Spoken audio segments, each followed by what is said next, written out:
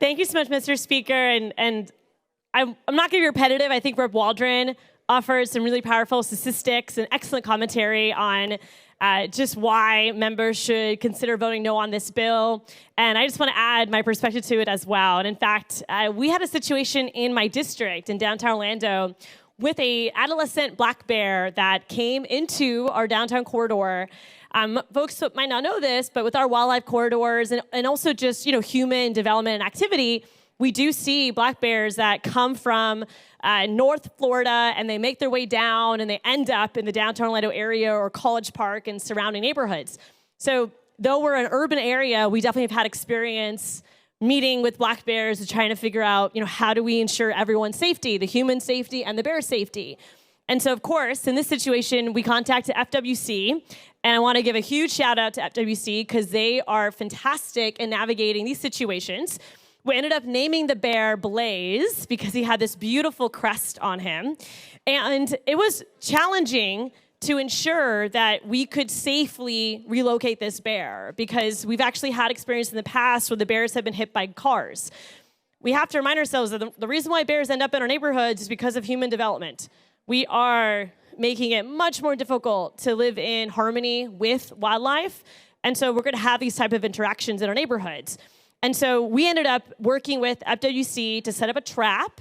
And after having the trap be set with day-old donuts and maple syrup, this little bear walked into the cage.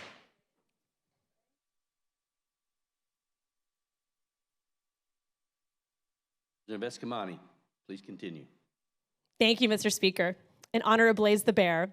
And so he not only was able to be trapped, but he was very scared to be trapped, which is important because you don't want bears to get too friendly with humans so that when they do see a human, they get spooked. And indeed, this bear, every time he would come down the tree at night, he would get spooked by a bicycle, by a car, by a human, and he'd run back up that tree. So these bears, black bears in particular, are very shy critters. They don't want human interaction. If it happens, it's purely just because they have nowhere else to go.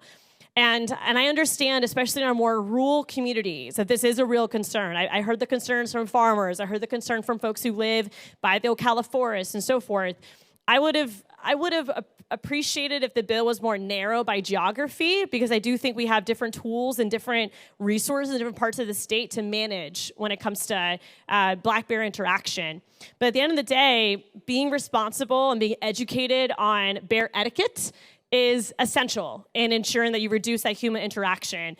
We saw how the bear hunt took place in Florida and just the pushback from that bear hunt from the greater public. I think it's so important for us to listen to the public. And I know I've received emails from folks of every political persuasion asking us to vote no on this bill. And so I do encourage my colleagues to join me in that.